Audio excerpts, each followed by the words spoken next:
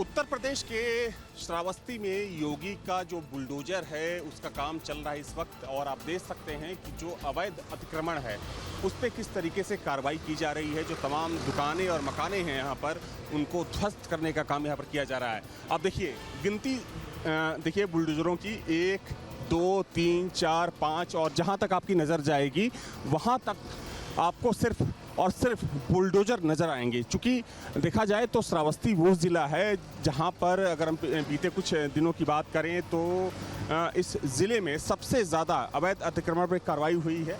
चाहे हम मदरसों की बात करें या फिर मस्जिदों की बात करें या फिर मज़ारों की बात करें, तो जिस तरीके से यहाँ पर कार्रवाई की जा रही है वो लगातार यहाँ पर देखने को मिल रही है। और देखिए एक जो बुलडोजर कर्मी है, कहाँ तक तोड़ना है आपको? अभी सर हमको पता नहीं, अधिकारी को अभी पता नहीं, सरकारी को लोगों को मालूम है। ये सामने का हिस्सा पूरा तोड़ दे रहा है। यही लाइन पर से टूट रहे हैं। अच्छा, हाँ। हालांकि इन लोगों को सिर्फ आदेश दिया जाता है कि ये आपको इस हिस्से को गिराना है, और चूंकि यहाँ पर खतरा भी बहुत ज़्यादा होता है, क्योंकि अगर हम बात करें तो जिस हिसाब से, चाहे हम इस हिस्से की बात करें, देखिए यहाँ पर कोई घर हुआ करता था लेकिन इसको पूरी तरीके से ध्वस्त कर दिया गया है। सामने के हिस्से की बात करें तो चूंकि उस हिस्से को भी तोड़ा जाना है, और तकरीबन 20 मीटर का जो पूरा इलाका है उस इलाके को तोड़ने की यहाँ पर कोशिश की जा रही है। चूँकि अगर हम पीडब्ल्यूडी की बात करें तो पीडब्ल्यूडी ने पहले नोटिस दे रखा था कि इस हिस्से को गिराना है।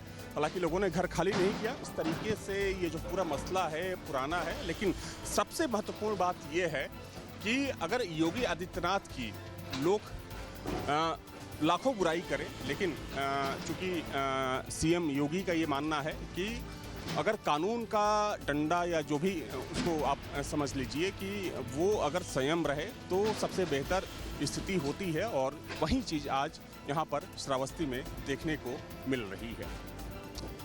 वीडियो जर्नलिस्ट सुभी खान के साथ अविनाश सिंह, न्यूज स्टेट, श्रावस्ती। उत्तर प्रदेश की मऊ सीट से विधायक रहे अब्बास अंसारी को आज इलाहाबाद हाईकोर्ट से बड़ी राहत मिली है। इलाहाबाद हाईकोर्ट ने उनको मऊ की सीजेएम कोर्ट से मिली 2 साल की सज़ा पर रोक लगा दी है, और अब एक तरह से कह सकते हैं कि अब्बास अंसारी की जो विधायकी रद्द हुई थी 1 जून को, तो विधायकी बहाल होने का रास्ता साफ हो गया है। इस मामले में जो अब्बास अंसारी, उनके वकील की तरफ से कोर्ट में ये दलील दी गई कि पूरा मामला राजनीतिक रंजिश के तहत दर्ज किया गया था और ये क्रिमिनल ऑफेंस नहीं था, और जिस तरह का भाषण उन्होंने दिया था उसमें कुछ भी आपत्तिजनक या ऐसा उकसाने वाला नहीं था जिसके चलते उनको 2 साल की सज़ा जो मिली है वो कहीं ठहरती हो। तो कोर्ट ने उनकी इस दलील को माना, और उसके आधार पर इलाहाबाद हाईकोर्ट ने आज एक महत्वपूर्ण आदेश में अब्बास अंसारी की सज़ा पर रोक लगा दी है। तो अब्बास अंसारी के जो वकील हैं उपेंद्र उपाध्याय, उनका कहना है कि अब्बास अंसारी की विधायकी अब बहाल हो सकती है। तो कह सकते हैं कि अब्बास अंसारी के लिए एक तरह से राजनीतिक तौर पर अगर देखा जाए तो ये फैसला निश्चित तौर पर 2027 के चुनाव के लिहाज से बेहद अहम है, और एक तरह से संजीवनी मिली है। जिस तरह से विधायकी चली गई थी, सज़ा हो गई थी, हालांकि ज़मानत मिल चुकी थी, लेकिन सज़ा पर रोक की याचिका पर आज इलाहाबाद हाईकोर्ट ने फैसला सुनाया है, जो अपने आप में बेहद खास है। तो अब कह सकते हैं कि मऊ से विधायक रहे अब्बास अंसारी एक बार फिर से विधायक बनेंगे। उनकी विधायकी बहाल होने का रास्ता आज इलाहाबाद हाईकोर्ट ने साफ कर दिया है। प्रयागराज से वीडियो जर्नलिस्ट विजेंद्र कुमार के साथ Manvendra Pratap Singh, news state, Uttar Pradesh.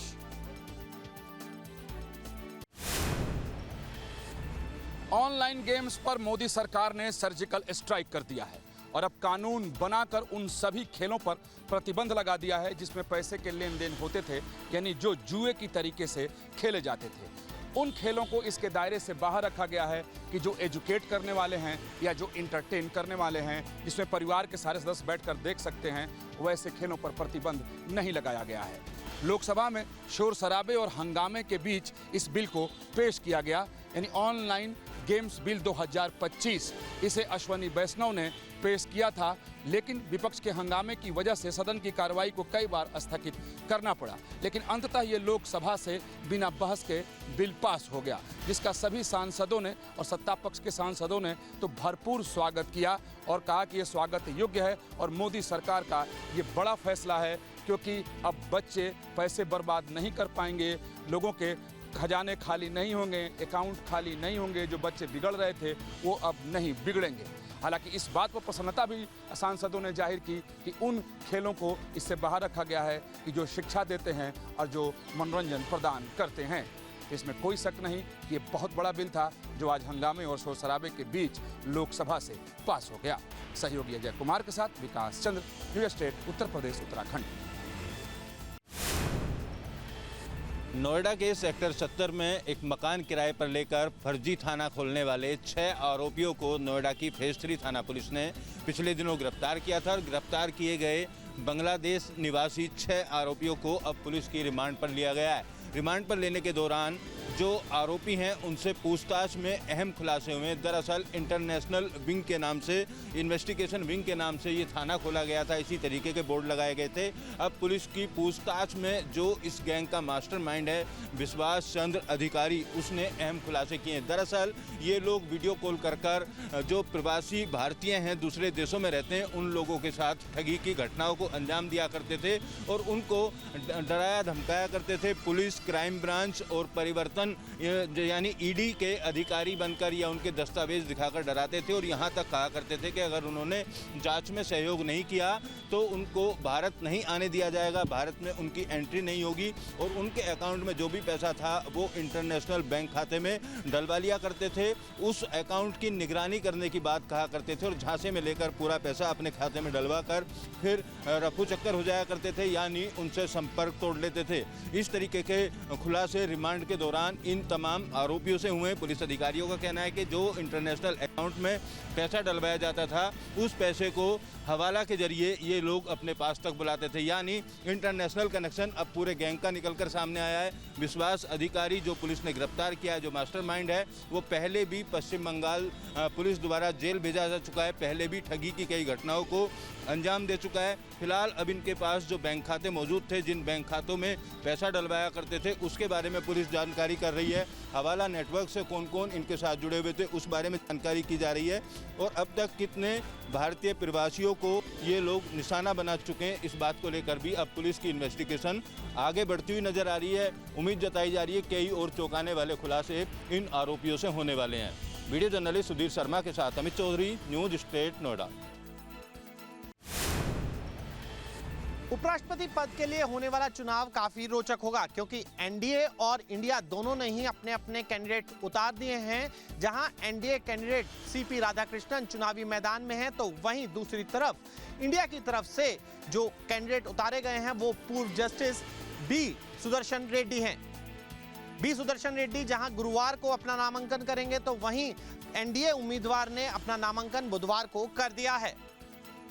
Video journalist Rakesh Rawat के साथ मोहित बख्शी, न्यूज़ स्टेट।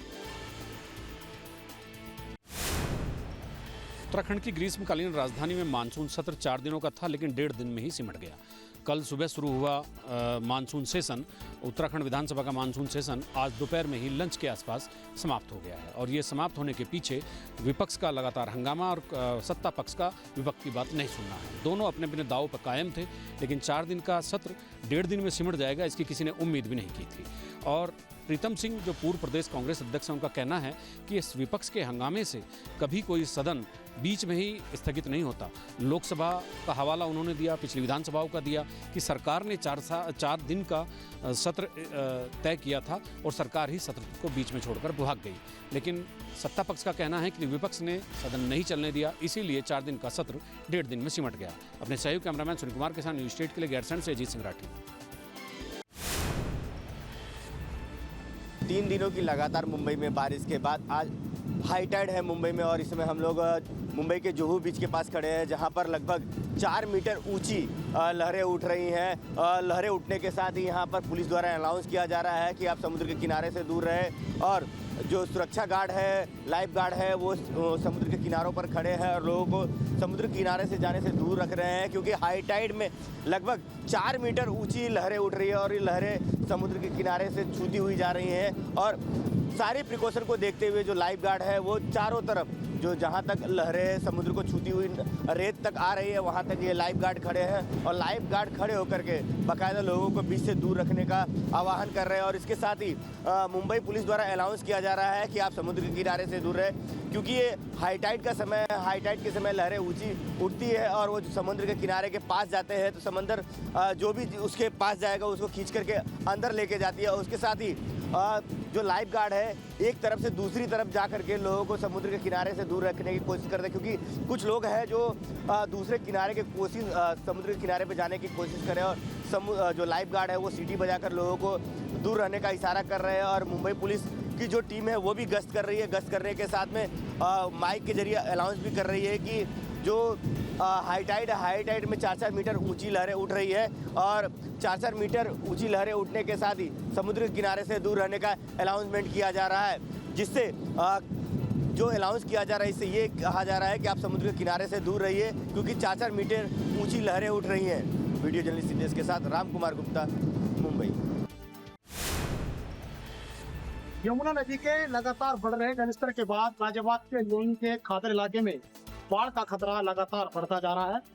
यहाँ यमुना के किनारे बने मकान और झुग्गियों में बाढ़ का पानी जा घुसा है। दरअसल हथनी कुंज बैराज से छोड़ा गया 1,78,000 क्यूसेक पानी, जिसके चलते यमुना नदी लगातार खतरे के निशान से ऊपर बह रही है। अनुमान है कि आने वाले 24 घंटों में यमुना का जलस्तर और ज्यादा बढ़ जाएगा, जिससे बाढ़ का खतरा भी बढ़ जाएगा। लोग अपने सामान को घरों से निकालकर सुरक्षित जगह ले जा रहे हैं। प्रशासन पूरी तरह मुस्तैद है और लोगों को राहत कार्य पहुंचाने का काम कर रहा है। लोगों में डर है कि आने वाले समय में जिस तरीके से यमुना का जलस्तर बढ़ेगा, उससे कहीं न कहीं उनको डर है कि उनके घर और झुग्गियां पानी में पूरी तरीके से ना बह जाएं। Sarfaraz Ahmad, news state, Uttar Pradesh. इस वक्त हम यमुना बाजार इलाके में मौजूद है, जहां पर दिल्ली की मुख्यमंत्री रेखा गुप्ता कल ही पहुंची थी और कल जहां मौजूद है इससे नीचे सिर्फ पानी था और ऊपर जहां पर आपको वो लोग बैठे हुए नजर आ रहे हैं वहीं पर ही खाना बनाया जा रहा था। जब हमने ग्राउंड रिपोर्ट की थी, रेखा गुप्ता साड़ी पहनकर आई थी और लोगों से मुलाकात की थी जिनके घर के अंदर गए थे। हम उनसे भी बात करेंगे और मैं चाहूँगा कि दूसरी तरफ भी दिखाइए नज़ारा कि वहाँ पर किस तरीके से जो बाढ़ प्रबंध है वो किया गया था ताकि लोगों को फर्स्ट एड और बाकी चीज़ें मिल सके। आपका नाम क्या हुआ? आपके घर तो रेखा गुप्ता खुद पहुंचे थे मुख्यमंत्री जी? हाँ, नहीं पहुंचे थे। वहाँ से मेरा टेरेस है, वहाँ से जमुना जी का पूरा निरीक्षण किया, लोगों को आश्वासन भी दिया। हमने कहा यहाँ पे मिट्टी नहीं हटती है, उसके लिए हम बहुत परेशान रहते हैं। उन्होंने पूरा आश्वासन दिया और ये भी कहा कि आपके लिए लाइट की व्यवस्था कर रहे हैं। तो लाइट लगाई, रात को बहुत अंधेरा होता है। हाँ, घर अंदर की गई है, लेकिन इन्होंने ऐसी बाढ़ हर दूसरे साल आती है लेकिन मुख्यमंत्री हर साल नहीं आते। तो मुख्यमंत्री आए, कैसा लगा आपको? लगा कि कोई अपना है? हाँ, क्यों नहीं लगा कि हमारी कोई प्रॉब्लम समझने वाला, कोई सुनने वाला आया है। उन्होंने अच्छे से, बहुत अच्छे से बात करी। जो हमारे लिए पानी में उतर गई, सोच लीजिए तो वो क्या हो सकती हैं। आप खुद इतना अंदाज़ा लगा सकते हैं कि एक मुख्यमंत्री पानी में उतर के हमारे घरों में आए, हमें सबको। अभी कितनी प्रॉब्लम है? पीछे हम कीचड़ भी देख पाए। मुख्यमंत्री जब आई थी ना, तो हम दोनों भाई ने हाथ पकड़ के उनको आगे लेके गए थे। क्या नाम हुआ? मेरा गणेश। और मैंने बोला मैडम आप मुख्यमंत्री तो सही हो, आगे जाके प्रधानमंत्री बन जाओगी, आपका बढ़िया काम करती होगी। तो लगा कि मुख्यमंत्री साड़ी पहन के पानी में उतर रही है। बहुत बड़ी बात, मैंने आज तक किसी को नंगे पैर, बहुत बड़ी बात है। फिलहाल हमें नजर आ रही है यमुना बाजार इलाके में उन लोगों ने जिन्हें मुख्यमंत्री का हाथ पकड़ के उतारा, उन महिला का जिनके घर पे वो गई। हालांकि अब यमुना का जलस्तर कम हो गया है, लिहाजा यह पानी तो उतर गया है पर कीचड़ की बड़ी समस्या है। कैमरा सहयोगी विकास झा के साथ राहुल डबास, यमुना बाजार, दिल्ली। यमुना घाटी को देर रात को हुई बारिश सुबह उड़ते ही मुसीबत जैसी तस्वीरों को सामने लेकर आई। घाटी के नौगांव पुरोला स्टेट हाईवे के हुडोली के पास हुडोली खड्ड अपने पूरे रौद्र रूप में आने के बाद आवाजाही को करीब 4 घंटे तक बाधित रखा। किसी तरीके से स्टेट हाईवे यानी PWD द्वारा मार्ग को खोल दिया गया और आवाजाही को सुचारू कर दिया गया। इसके साथ ही दूसरी तस्वीर पुरोला के नगर पालिका पुरोला के नई पार्किंग के पास की है, जहां पहाड़ी से पेड़ और बड़े बड़े बोल्डर पार्किंग पर आ गिरे। गनीमत इस बात की रही कि यह मलबा किसी गाड़ी पर नहीं गिरा, क्योंकि पास पर ही खड़ी गाड़ी बाल बाल बसते हुई तस्वीर पर देखी जा सकती है। तीसरी तस्वीर पुरोला के ही कुमोला खड्ड की है, जो अपने पूरे उफान पर है। यानी सुबह उठते ही ये तमाम ऐसी तस्वीरें जितनी थी वो हमें अपने आसपास में देखने को मिली। फिलहाल स्थिति सामान्य है, मौसम पूरी तरीके से सामान्य है, लेकिन बारिश कब हो जाए इसको कहना मुश्किल होगा। यमुना घाटी से नितिन चौहान, न्यूज़ स्टेट। दिल्ली के दरियागंज इलाके में सद्भावना पार्क है, जहां पर लगभग 12:15 बजे का वक्त था जब ये जो दीवार है वो ढह गई। और दीवार ढहने के बाद जो है यहाँ 3 मजदूर काम कर रहे थे, उनकी मौत हो गई। तीनों मजदूरों को मौके से लेके जाया गया जो है LNJP अस्पताल, लेकिन पहले ही उनकी मौत हो चुकी थी। मृतकों का नाम जुबेर, गुलसागर और तौफीक ये बताया जा रहा है। आप देख रहे हैं कि अभी भी मलबा हटाने का काम जो है वो यहाँ पे चल रहा है। ये सिविल अथॉरिटीज़ का अलग अलग एजेंसीज जो हैं वो यहाँ पर लगी हैं और अपना काम कर रही हैं। अगर आप तस्वीरें देखें तो ये दीवार जो है दरियागंज की पुरानी दीवार है, जहाँ पर अगर आप देखें तो आपको समझ आएगा कि इस दीवार के कोलैप्स होने से ये दीवार जब गिर गई तो उसके चलते ये जो यहाँ पर मजदूर काम कर रहे थे उनकी मौत हो गई। ये हादसा जो है बेहद दर्दनाक रहा, क्योंकि मौके पर ही बताया जा रहा है कि जो तीनों लोग थे उनकी मौत हो गई। अब दीवार क्यों गिरी, क्या कमज़ोर हो गई थी और क्या स्थिति थी, इन तमाम चीज़ों का पता जो है वो लगाया जा रहा है। ये ऐतिहासिक सद्भावना पार्क है जिसको और इसके साथ लगती हुई ये दरियागंज की दीवार है। ये देखिए सद्भावना पार्क, जिसका कुछ दिनों पहले ही उद्घाटन हुआ था और अब जो है उसके साथ लगती इस दीवार की जो है गिर जाने के चलते 3 लोगों को अपनी जान गंवानी पड़ी है।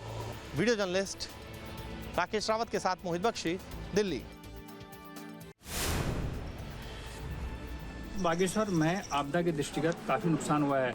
बात सड़कों से लेकर यहाँ बिजली घर में न्यूज स्टेशन में मौजूद है, जो कि Uttarakhand power transmission corporation of India limited का है, जो कि उत्तराखंड में पहला GIS सिस्टम पर आधारित यह पावर प्लांट था, जो कि जनपद बागेश्वर को मिला हुआ था।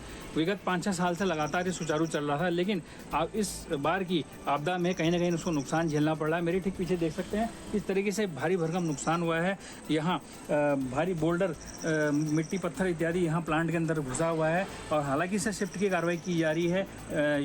किटकुल के MD से लेकर तमाम विद्युत विभाग के यहाँ अधिकारी लोग पहुँचे हुए हैं। जिलाधिकारी खुद 2 बार निरीक्षण कर चुके हैं। मुख्यमंत्री पुष्कर सिंह धामी को भी अवगत करा दिया गया है। भारी मात्रा में नुकसान यहाँ पहुँचा हुआ है और जो ठीक पीछे जो देख सकते हैं टावर है वो भी गिरने की स्थिति में है। लगातार यहाँ पर संबंधित विभाग मॉनिटरिंग कर रहे हैं और इस संस्थान को बचाने के लिए लगातार कवायद की जा रही है, क्योंकि ये बहुत बड़ा संस्थान है। जनपद में जितनी बिजली का प्रोडक्शन होता है उससे बाहर भेजी जाती है और रानीखेत से सीधे यहाँ अल्मोड़ा जनपद से सप्लाई होती है और बाहर को विद्युत सप्लाई होती है। तो ऐसे में कहीं ना कहीं इस सिस्टम का बने रहना बहुत जरूरी है। हिमांशु गुड़िया, न्यूज़ स्टेट, बागेश्वर।